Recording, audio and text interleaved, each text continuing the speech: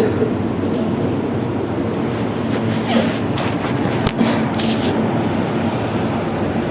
الله الرحمن الرحيم. الحمد لله رب العالمين، والصلاة والسلام على سيد الأنبياء والمرسلين وعلى آله وأصحابه وأزواجه وذرياته وأهل بيته وطاعته والناس أجمعين. أما بعد، أعوذ بالله من الشيطان الرجيم. بسم الله الرحمن الرحيم. إن الله عنده علم الساعة وينزل الغيث ويعلم ما في الأرحام وما تدري نفس بأي أرض تموت إن الله عليم خبير. وقال عز وجل: فإذا جاء أجلهم لا يستأخرون ساعة ولا يستقدمون. صدق اللہ. بھائیوں، دوستوں، بزرگوں، اللہ رب العزت نے کائنات کو بنایا. اس کائنات کے اندر مخلوقوں کو پیدا کیا. چونکہ اللہ خالق ہے، ساری چیزیں اس کی مخلوق ہے. تو یہ سب مخلوق جو ہمیں دکھ رہے ہیں، ان سب کو اللہ نے ایک وقت متعین کر دیا. صرف ایک اللہ کی ذات ہے جو اللہ رب العزت نے فرمایا: کل من علیہا فان ویبقى وجہ ربک ذو الجلال والاکرام. دنیا کی تمام چیزیں ختم ہو جائے گی، ایک اللہ کی ذات جو ہمیشہ سے ہے اور ہمیشہ رہے گا. باقی دنیا کے اندر جتنی چیزیں بھی ہمیں نظر آ رہی ہے، یہ سب ایک وقت کے لیے ہے اور وہ اپنا وقت پورا کر کے دنیا چھوڑ دے. تو گویا کہ ہر ایک انسان جو اپنی زندگی گزار رہا ہے وہ دنیا سے دور ہو رہا ہے ہر دن اور آخرت سے قریب ہو رہا ہے ہر دن. جس طریقے سے ایک مسافر اپنے سواری پہ سوار ہو جائے تو اس کی منزل طے ہوتی ہے اور وہ آگے بڑھتا رہتا ہے. سفر میں وہ جس جگہ سے چلا ہے وہ اس سے دوری اختیار کرتی چلی جاتی ہے اور جہاں پہنچنا ہے وہ اس سے قریب آتی چلی جاتی ہے. پھر وہ انسان اپنی منزل پہ پہنچ جاتا ہے اور وہ اپنی منزل پہ پہنچ کر اسے سکون مل جایا کرتا ہے. چاہے راستہ اس کے لیے جتنا بھی آرام دہ ہو، ایئر کنڈیشن گاڑی نہیں بلکہ ایروپلین میں سفر کر رہا ہو کہ لمحے بھر میں یہاں اور کہیں اور پہنچ گیا، لیکن اسی بے چینی محسوس ہوتی ہے کہ ہم کتنا جلدی اپنے مقام پہ پہنچ جائیں، اپنی جگہ پہ پہنچ جائیں. اور جب وہ اپنی جگہ پہ پہنچ جاتا ہے تو پھر اسے اندر سے سکون مل جایا کرتا ہے، اسے اطمینان حاصل ہو جاتا ہے. اسے یہ لگتا ہے کہ اب ہمارا سفر طے ہو گیا اور اب ہم ان سفر کی مشکلات سے آزاد ہو کر اپنے مقام پہ پہنچ گئے، اپنے جگہ پہ آ گئے. ٹھیک اسی طریقے سے ساری انسانیت اپنے اس سفر کو طے کر رہی ہے اور جب سفر کے آخر وقت آ جائے گا تو پھر وہ اس سفر کا اختتام کر کے اپنے رب سے جا ملے گا. یہ موت کیا ہے؟ یہ موت بس ایک جگہ سے دوسری جگہ ٹرانسفر ہونا ہے، ایک جگہ سے دوسری جگہ منتقل ہونا ہے. اس کے علاوہ موت کی کوئی حقیقت نہیں ہے، موت کی کوئی حیثیت اس سے زیادہ نہیں ہے. بس یہ ہے کہ ایک آدمی دنیا کے اندر ہے، دنیاوی آرام اور تکلیف کو جھیل رہا ہے، چاہے راحت میں ہے جو اس کے آرام اور چیزوں سے لطف اندوز ہو رہا ہے، تکلیف میں ہے جو یہاں کی مصیبتیں جھیل رہا ہے. لیکن یہ وقتی ہے، پھر یہاں سے انسان ٹرانسفر ہو جایا کرتا ہے، ایک جگہ سے دوسری جگہ منتقل ہو جایا کرتا ہے. جس کو پیارے آقا صلی اللہ علیہ وسلم نے فرمایا: الموت جسر یوصل علی الحبیب الی الحبیب. موت تو ایک پل ہے اور وہ پل پار کر کے ایک محبوب اپنے محبوب سے جا ملتا ہے، ایک مخلوق اپنے خالق سے جا کر ملاقات کر لیتا ہے. بس زندگی ایک پل ہے، زندگی ایک گھڑی ہے جو ہر دن آپ اب تو الیکٹرانک گھڑی آ گئے، ورنہ کانٹے والی گھڑی جو چلتی ہے، آپ جب اس کو غور سے سنیں گے تو اس کے اندر سے ایک آواز آتی ہے، وہ ایک آواز دیتی ہے، وہ کیا کرتی ہے؟ گھٹا دی گھٹا دی گھٹا دی گھٹا دی، گھٹ گھٹ گھٹ گھٹ کی آواز آتی ہے۔ ہاتھ میں جو گھڑی کانٹے والی پہنی جاتی چابی والی ہے، الیکٹرانک نہیں، اس کو بھی جو کان میں لگائیں تو وہ آواز آتی ہے گھٹ گھٹ۔ وہ کیا کہتا ہے کہ تمہاری یہ سیکنڈ گھٹ رہی گھٹ رہی گھٹ رہی گھٹ رہی، یہ گھٹ گھٹ کی آواز کرتی ہے، یہ گھٹنے کو بتاتی ہے کہ تمہاری جو زندگیاں تھی وہ زندگیاں گھٹ رہی ہے، تم ہر دن آخرت سے قریب ہو رہے ہو۔ میرے بھائی، دنیا میں آنے کا ضابطہ اللہ نے بنایا ہے کہ پہلے دادا آئے گا، اس کے بعد ہی پوتا کا وجود ہو سکتا ہے، پہلے بیٹا آئے گا تبھی اس کے ذریعے بہو کا وجود ہو سکتا ہے، پہلے بیٹی آئے گی اس کے ذریعے ہی داماد کوئی بن سکتا ہے، لیکن جانے کا کوئی ضابطہ اللہ نے نہیں بنایا ہے کہ کون کب جائے گا، کون کب جائے گا۔ وہ وقت اللہ کے پاس ہے، جانے کا وقت اللہ کے پاس ہے، عمریں اللہ کے پاس لکھی ہوئی ہے۔ پہلے دادا آئے تو پہلے دادا جائیں، کوئی گارنٹی اور کوئی ضروری نہیں ہے۔ آپ دیکھتے ہوں گے، آئے دن سنتے ہوں گے کہ ایک بیمار آدمی ٹھیک ہو کر گھر چلا آتا ہے، اور ایک اچھا آدمی، صحیح سالم آدمی جاتے جاتے راستے میں یا پھر ہاسپٹل پہنچ کر وہ اپنے مالک حقیقی کے ساتھ جا ملتا ہے، جس جگہ جس کے لیے جو طے ہے۔ اللہ نے فرمایا ان اللہ عنده علم الساعہ، قیامت کب آئے گی کسی کو نہیں معلوم، قیامت تو آئے گی یہ سب جانتا ہے۔ میرے رب نے اپنے حبیب کے ذریعے یہ خبر دیا ہے کہ قیامت آئے گی، قیامت کی علامات بیان کیا گئے ہیں، قیامت کی نشانیاں بیان کیے گئے ہیں، لیکن کب آئے گی، جس سن میں آئے گی، یہ کسی کو نہیں پتا۔ تو فرمایا ان اللہ عنده علم الساعہ، قیامت کب آئے گی، وینزل الغیث، بارش کب ہوگی۔ اب آپ کہیں گے کہ آج کا سائنٹسٹ بتاتا ہے تو یہ اپنے اندازے سے بتاتا ہے، اکثر و بیشتر یہ فیلئر ہو جایا کرتا ہے، اکثر و بیشتر اس کے بتائے ہوئے صحیح نہیں ہوتے ہیں۔ وہ کہتا ہے اتنے بجے بارش آئے گی، اتنے دن تک بارش رہے گی، کبھی تو صحیح اور کبھی غلط۔ اللہ یہ بتا دیتا ہے یہ علم ہم کو ہے، تم اپنے کبھی کبھی آپ دیکھتے ہیں بادل بالکل امٹ آتا ہے، لگتا ہے اب بارش ہونے والی ہے، لیکن وہ بارش نہیں ہوتی، وہ منتقل ہو جایا کرتی ہے۔ کبھی کبھی آپ دیکھتے ہیں دھوپ کی شدت ہے، بارش کا کوئی نام و نشان آسمان پہ نہیں دکھ رہے ہیں، آپ اپنے ارادے کر کے نکلتے ہیں، کچھ دور جاتے ہیں اور مستقل بارش آ کر آپ کے سفر کو روک دیتی ہے۔ تو اللہ نے فرمایا وَيُنَزِّلُ الْغَيْثَ، بارش کب آئے گی کسی کو نہیں معلوم۔ وَيَعْلَمُ مَا فِي الْأَرْحَامِ، ماں کے پیٹ میں کیا ہے، مذکر ہے مؤنث ہے۔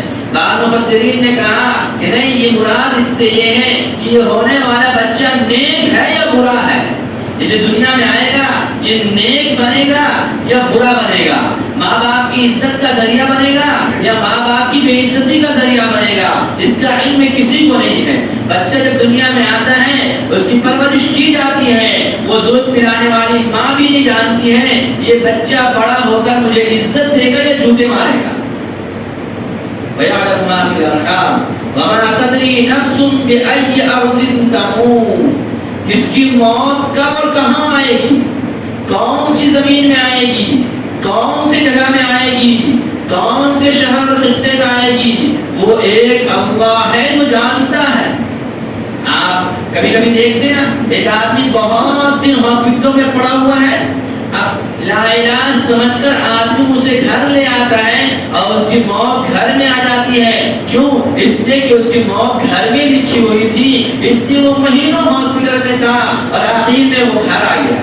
اور ایک آدمی بہت دنوں سے گھر میں تھا، بیمار تھا، بسترے پہ تھا، لیکن اس کے کسی ہاسپٹل میں اللہ نے موت لکھ دیا۔ تب آدمی کہتا ہے بہت دنوں سے تو گھر پہ رکھ کر دیکھ رہے ہیں، فائدہ نہیں ہو رہا، چلتے ہیں کسی ہاسپٹل میں رکھتے ہیں، شاید علاج کے ذریعے ٹھیک ہو جائے، لیکن وہ ٹھیک نہیں ہوتا، وہاں اس کی موت لکھی ہوئی ہوتی ہے، اس لیے اللہ اس کو وہاں بھیج دیتا ہے۔ بعض مرتبہ ایک آدمی کسی ہاسپٹل میں اپنے مریض کو رکھتا ہے، لے کر نکلتا ہے دوسرے ہاسپٹل منتقل کرنے کے لیے، لیکن راستے میں انتقال کر جاتا ہے۔ بعض مرتبہ ایک آدمی اپنے مریض کو ایک ہاسپٹل سے دوسرے ہاسپٹل میں منتقل کر دیتا ہے، لمحے اور گھنٹے گنتا ہے اور امیدوں کے آثار نظر آتے ہیں، ڈاکٹروں کی طرف سے اطمینان نظر آتے ہیں۔ بعض مرتبہ قوموں میں گئے ہوئے مریض، بے ہوش پڑے ہوئے مریض آنکھیں کھول کر دم بھر کر دیکھ لیتا ہے اور پھر امید کی کرنیں بن جاتی ہیں اور امید و آس کی زندگی میں آ جاتا ہے کہ اب میرا مریض ٹھیک ہو رہا ہے، لیکن وہ فیصلہ تو ہونے والا تھا، وہ جو اللہ کی طرف سے فیصلے سب کے لیے ہے کہ موت آئے گی، بس ملک الموت آتے ہیں اس کو لے کر چلے جاتے ہیں، تو موت کا آنا یقینی ہے۔ دنیا کے اندر یہی ایک ایسا مسئلہ ہے جس کا انکار کوئی نہیں کرتا، ہر مسئلے میں کچھ نہ کچھ انکار ہے، یہاں تک کہ ایک فرقہ ایسا ہے دہریہ جس کو کہتے ہیں، وہ تو اللہ کا ہی انکار کرتا ہے، کہتا ہے نہیں ایک اللہ کوئی نہیں ہے، لیکن موت کہتا ہے موت یقینی ہے، موت آئے گی، موت آئے گی۔ موت کی زندگی کے بہت سارے مسائل میں اختلاف، موت کے بعد کی زندگی میں اختلاف، لیکن موت ایسی حقیقت ہے، موت ایسا عدم فیصلہ ہے کہ دنیا کی کوئی طاقت اس کا انکار نہیں کر سکتا، اور انکار کرے تو کیسے کرے، انکار آئے تو کیسے آئے، اور کوئی اس کا انکار کیسے کر سکتا ہے؟ اس لیے کہ انکار کی کوئی گنجائش نہیں، اس لیے کہ ہمارے اور آپ کے نبی آقا نامدار تاجدار مدینہ عبداللہ کے پیارے، آمنہ کے دلارے، خدیجہ کے دلبر، ہم سب کے رہبر، عائشہ کے سرتاج، مدینے کے تاجدار، شافی محشر، ساقی کوثر، امام النبیین، خاتم المرسلین، آقا مولا محمد رسول اللہ صلی اللہ علیہ وسلم نہیں رہے۔ تو وہ چلے گئے تو ان کے جانے کی جدائی، کسی کا جانا، کسی کا جدا ہو جانا، یہ غم بڑا ہی سنگین ہوا کرتا ہے۔ یہ غم تو اچھوں کی عقلیں اڑا دیا کرتا ہے، اچھوں کو مدہوش کر دیا کرتا ہے کہ حضرت عمر جیسے صحابی، حضرت عمر جن کے نڈر اور بہادری اور دلیری اور جن کی شجاعت کا سکہ چلتا تھا اور آج بھی چلتا ہے، موجود نہیں ہے لیکن مثالیں ہیں، حضرت عمر جیسے صحابی پیارے آقا صلی اللہ علیہ وسلم کی وفات کی خبر سن کر تلوار لے لیا اور کہہ دیا جو یہ کہے گا میرے محبوب کا انتقال ہو گیا ہے ہم اس کا سر قلم کر دیں گے۔ میرے محبوب کو کوئی نہیں کہہ سکتا کہ میرے محبوب کا انتقال ہو گیا۔ یہ انتقال بہت بڑا صدمہ اور غم ہے، اسے برداشت کرنا یہ عقل اڑا دیا کرتی ہے، دلوں کو بیٹھا دیا کرتی ہے۔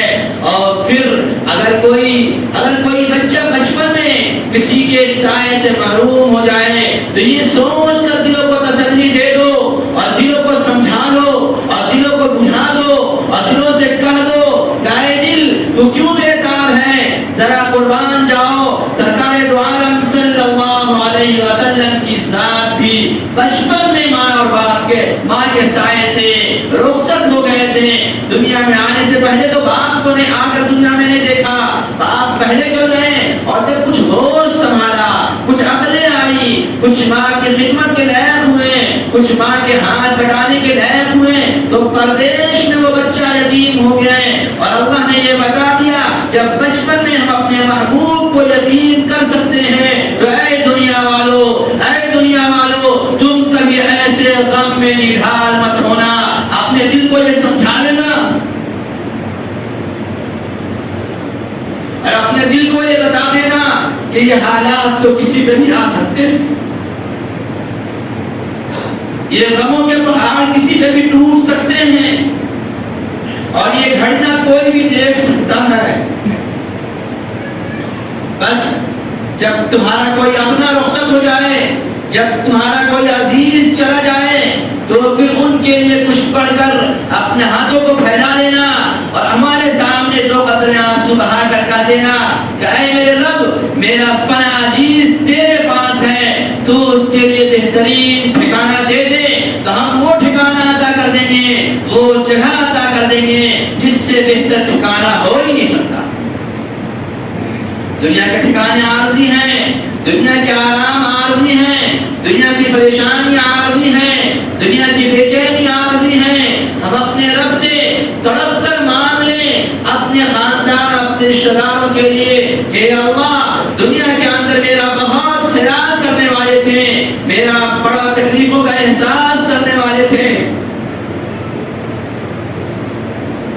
میری ضرورتوں کو مجھ سے بولنے سے پہلے میرے انداز سے سمجھ جایا کرتے تھے، اس لیے اے میرے رب اب وہ تیرے پاس ہے تو اس کے لیے بہترین ٹھکانہ جنت کے اعلیٰ مقام دے دے اور جنت الفردوس میں جگہ عطا کر دے تاکہ اسے سکون میسر ہو جائے۔ مجھے اپنے رب سے یہ امید ہے، مجھے اپنے رب سے یہ امید ہے کہ آپ جیسے محبت کرنے والے، آپ جیسے سفید داڑھی والے، آپ جیسے مجھ سے محبت کرنے والے لوگ اگر تڑپ کر یہ دعا کر دیں اور تڑپ کر مانگ لیں تو شاید میرا بھی عزیز جنت کی اس نعمت میں سیر ہو جائے، جنت کی وہ نعمتیں انہیں میسر ہو جائے جن نعمتوں کا وعدہ میرے رب نے کیا ہے، جن نعمتوں کا وعدہ میرے رب نے کیا ہے۔ میرے رب نے جو وعدہ کیا ہے، چونکہ میرا رب فرماتا ہے ان اللہ لا یخلف المیعاد، ہم وعدہ خلاف نہیں ہیں، ہم وعدہ خلافی نہیں کیا کرتے ہیں۔ میرے رب نے وعدہ کیا ہے، میرے رب نے کہا ہے کہ اگر ایمان لے کر آئے تو ہم اسے جنت دیں گے، اچھے اعمال لے کر آئے، بلکہ ایک موقع پہ تو میرے نبی نے کہا ہے، میرے نبی نے کہا ہے کہ اگر کسی کی اچھا ہونے کی گواہی دنیا والے دینے لگے اور یہ کہنے لگے کہ یہ اچھا انسان تھا، یہ نیک انسان تھا، تو میرا رب کریم تو وہ کریم ہے کہ اگر لوگ اچھائی کے ڈنکے بجانے لگے تو میرا رب کو ترس آ جایا کرتا ہے اور اسے اچھا بنا کر اپنا مہمان خانے میں جگہ دے دیا کرتا ہے۔ میرا رب تو وہ کریم ہے کہ جب کوئی معصوم بچہ تتلاتی ہوئی زبان سے اپنے والدین کے لیے اپنے رب کے سامنے فریاد کرتا ہے اور کہتا ہے اے میرا رب تو رحیم ہے، تو کریم ہے، تو میرا رب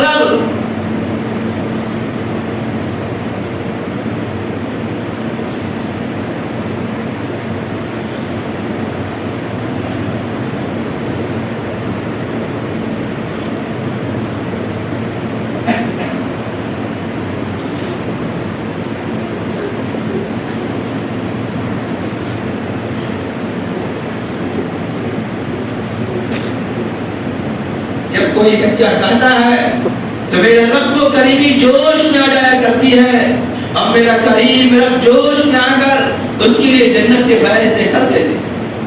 وہ جنت جس کا سننا آسان، بولنا آسان، لیکن وہ جنت کوئی معمولی چیز نہیں ہے۔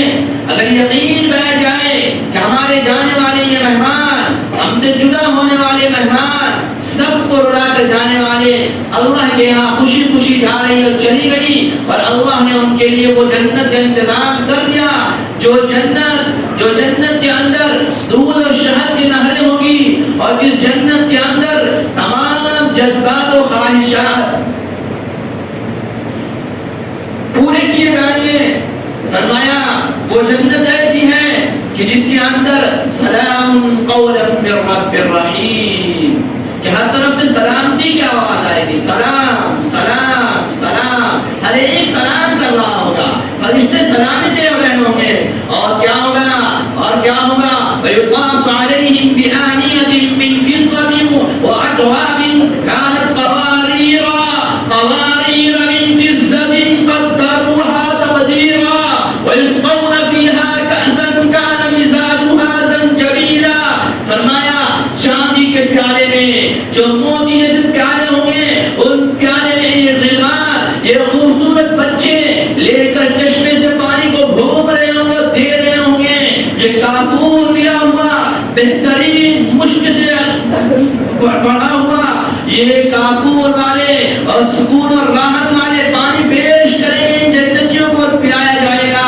میرے بھائی ایسا نہیں ہے کہ جنت کے فیصلے تو قیامت میں ہوں گے، نہیں، وہ تو اصل فیصلہ ہوگا ہی، لیکن جس کا انتقال ہو گیا جنت کے بسترے بچھ جائیں گے اگر نیک ہے تو، جنت کی کھڑکیاں کھول دی جائے گی، ان کی روحوں کو جنت کے اعلیٰ مقام کے اس جگہ پہ رکھ دیے جائیں گے، اس جگہ پہ رکھ دیے جائیں گے۔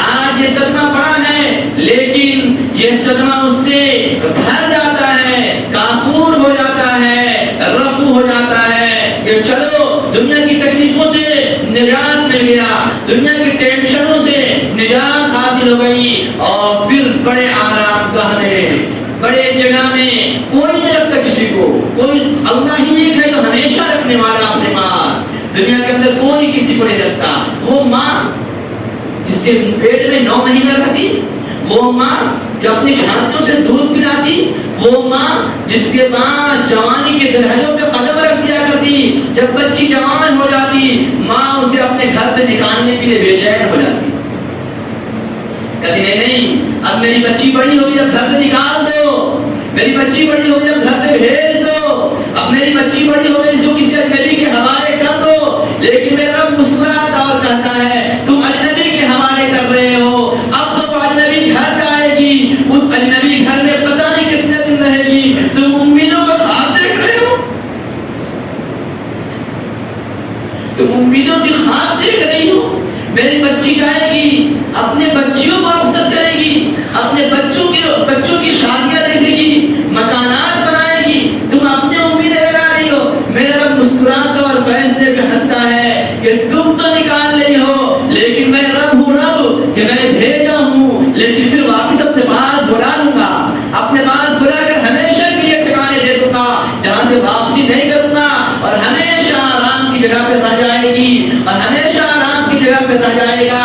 وہ قربانیاں دینے کی بدایت اور عادت ہوتی ہے، جو ان کے اندر یہ جذبات، یہ نیک ہونا، جو نیک ہوتے ہیں اللہ کو دنیا والے سے محبوب رکھتے ہیں، اللہ کو اسے محبوب رکھتا ہے، اللہ کو اسے محبوب رکھتا ہے۔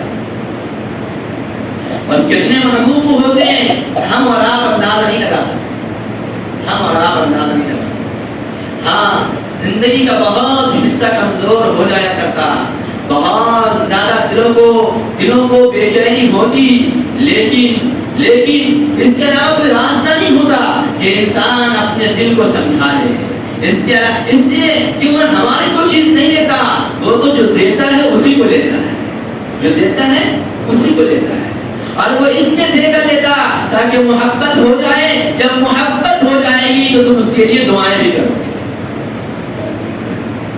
جب محبت نہیں ہوگی تو کیسے ان کے لیے ہاتھ اٹھے گا؟ تو اس لیے اللہ دیتا ہے محبتیں پیدا کرو تاکہ محبت ہو جائے، پھر تڑپ کر تم مانو اس کے لیے، مانو اس کے لیے، مانو اس کے لیے۔ اللہ نے کہا، اللہ کے رسول نے کہا دنیا کے اندر آخرت والی زندگی کے بعد اگر کوئی سب سے بڑی نعمت اللہ کی طرف سے کسی کو ملے گی تو وہ یہ ہے کہ نیک بیوی، نیک بیوی، یہ نیک بیوی۔ آپ کو پتا ہوگا، شاید میں نے پہلے بھی کہا تھا، آپ کے سامنے پہلے بھی تذکرہ کیا تھا، اسی مسجد کی زمین جو مدرسے کے برابر میں غیر مسلم سے زمین لینے کی بات چیت چل رہی تھی، بہت دشواریوں سے گزر رہا تھا، اسے بیانہ دینے کے لیے 1 پیسے نہیں تھے، بڑی دقت تھی، میں بہت پریشان، میری بے چینی کو دیکھ کر کہنے لگی کیا بات ہے آپ کیوں پریشان ہیں؟ میں نے کہا کوئی بات نہیں، مدرسے کے بغل میں ایک زمین غیر مسلم کو اسے لینا ہے، 1 روپیہ نہیں ہے، کیسے لے؟ کہنے لگی آپ پریشان نہ ہو، میرے زیور کو آپ بیچ دیجیے، آپ بیانہ کر دیجیے، ہم جنت میں آپ سے لے لیں گے۔ میں سوچا، میں کہا نہیں، میں تمہارے زیور کو بیچوں گا نہیں، میں تمہارے زیور کو بندی کر دیتا ہوں، مدرسے میں رکھ دیتا ہوں، وہاں سے پیسے اٹھا کر بیانہ کر دیتا ہوں۔ کہنے لگے ہاں ٹھیک، بتاؤ یہ تو زیور جو ہوتا ہے نا وہ تو عورتوں کا اپنا دل ہوا ہے، اس کے دل ہوتے ہیں، وہ اس کے دل ہوتے ہیں، وہ دل نکال کر دے دے گی لیکن اپنے گلے کو اتار کر زیور نہیں دے گی۔ میں کہا اچھا میں نہیں بیچوں گا، تمہارے والدین نے محبت سے کیا نہیں بیچوں گا، کہ تھوڑا سا ہے دے دیجیے، کا نہیں رکھ دیجیے، پیسے ملتے ہیں۔ جو ایسے جذبات کی قربانی دینے والی ہو کہ اللہ کو اس کی قدر نہیں ہوگی، کہ اللہ کو وہ محبوب نہیں ہوگا،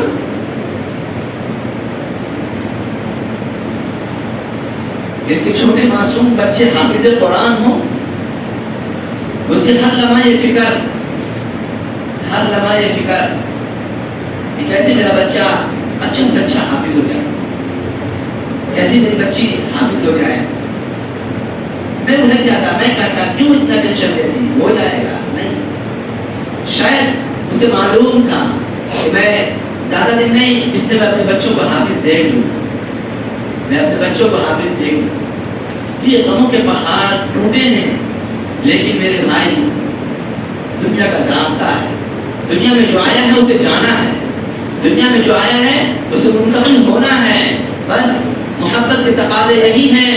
آپ ہم سے محبت کرتے ہیں اور یقیناً کرتے ہیں تو محبت کے تقاضے یہی ہیں کہ آپ ان کے لیے جو ہو سکے پڑھیں اور ہاتھ اٹھا کر اللہ کے سامنے دعائیں کریں. اپنے دعاؤں میں یاد رکھیں ان کے لیے کہ اللہ ان کو بہترین ٹھکانہ دے دے، اور ان کے پسماندگان کے لیے کہ اللہ انہیں صبر دے دے. آپ مانیں میرا رب رائے گا نہیں دے گا. آپ محبت میں اللہ کے سامنے تڑپیں گے، میرا رب ضائع نہیں کرے گا. آپ کی محبت اور آپ کے جذبات کی قدر میرے رب کریں گے. اس لیے کہ یہ ماننے والوں میں پتہ نہیں کون کس کا درجہ اللہ کو محبوب ہے، کون کس درجہ اللہ کا نیک بنتا ہے.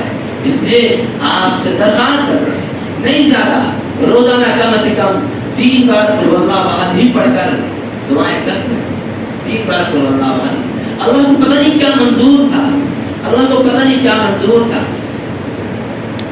ایک روز پہلے مجھ سے انہوں نے صاف جملے میں کہا، میں سمجھا شاید یہ اپنے میکے جانے کو کہا،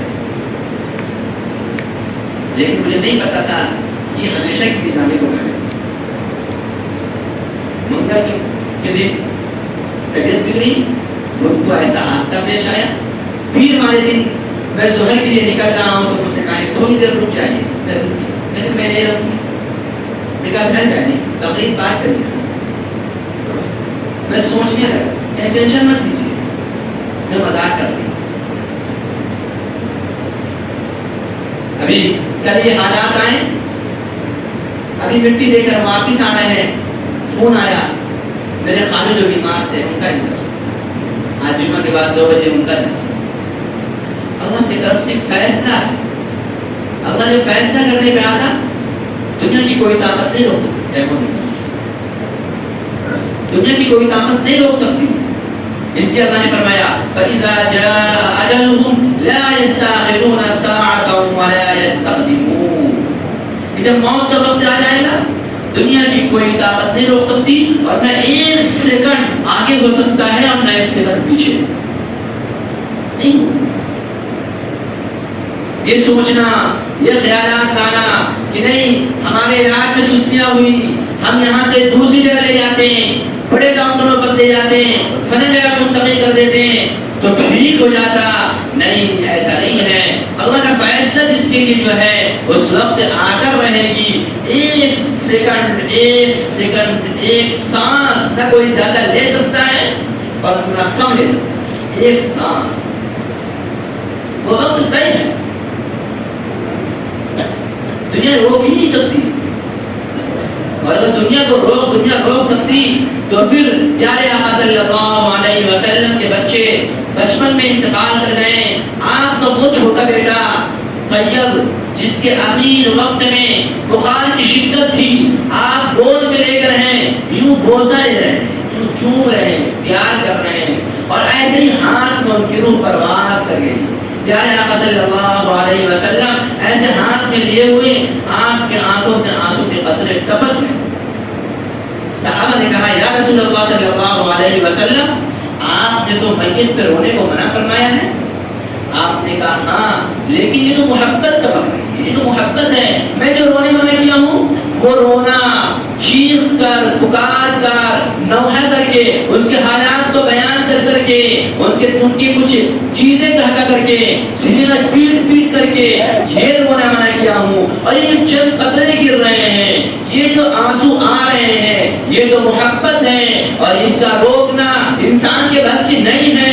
یہ تو نکل کر رہے گا. ان آنسوؤں پہ اللہ نے کوئی پابندی نہیں لگائی. اگر ان آنسوؤں پہ پابندی لگا دیتا تو پتہ نہیں کتنے لوگ ایک کی میت پہ دوسرا ہاتھ پھیرتا جائے. آنکھوں سے آنسو کا نکل جانا بغیر چیخے بغیر روئے یہ غموں کے ہلکا ہونے کا ذریعہ بن جایا کرتا. اگر اس میں بھی اللہ کی طرف سے پکڑ ہوتی اور اس میں بھی اللہ کی طرف سے پابندیاں ہوتی اور اس میں بھی اللہ کی طرف سے عذاب ہوتی تو پھر نہ معلوم کتنے کے دل پھٹ جایا. اس لیے اللہ نے اپنے بندوں کا خیال رکھا, اپنے بندوں کے خیال رکھا کہ نہیں تم اپنے جذبات پہ آنسو کے قطرے بہا لو. تمہارے جو قطرے فطری طور پہ محبت پہ نکل جائیں ان فطری نکلنے پہ کوئی معاوضہ تم سے نہیں ہونے والا ہے. اس لیے میرے بھائی اور دوست بزرگوں ہم آپ سے درخواست کر رہے ہیں, آپ سے محبت کی بھیک مانگ رہے ہیں, آپ سے ہم یہ درخواست کر رہے ہیں کہ خدا کے واسطے اپنے امام کی محبت کی لاج رکھ لیں اور جو ہو سکے آپ سے پڑھ کر روزانہ ایک ترتیب بنا لیں کہ نہیں ہم تو کچھ نہیں دے سکتے اور کچھ نہیں کر سکتے تو کم سے کم اب جو ان کی زندگی کا پارٹنر نہیں ہے, ان کے غموں کے گھروں میں بانٹنے والی نہیں ہے, ہم ان کے لیے دعائیں کر دیں گے تاکہ یہ وہاں کے آرام پہ چلی جائے اور وہاں کے بہترین ٹھکانہ جنت میں میسر ہو جائے اور جنت کی نعمتوں سے لطف اندوز ہو جائے. اللہ ہمیں اور آپ کو سمجھ کے توفیق عطا فرمائے, ہمیں بھی ہماری اولادوں کو بھی اور تمام ہمارے پسماندگان جو ہیں سب کو اللہ صبر جمیل عطا فرمائے. آمین. وآخر دعوانا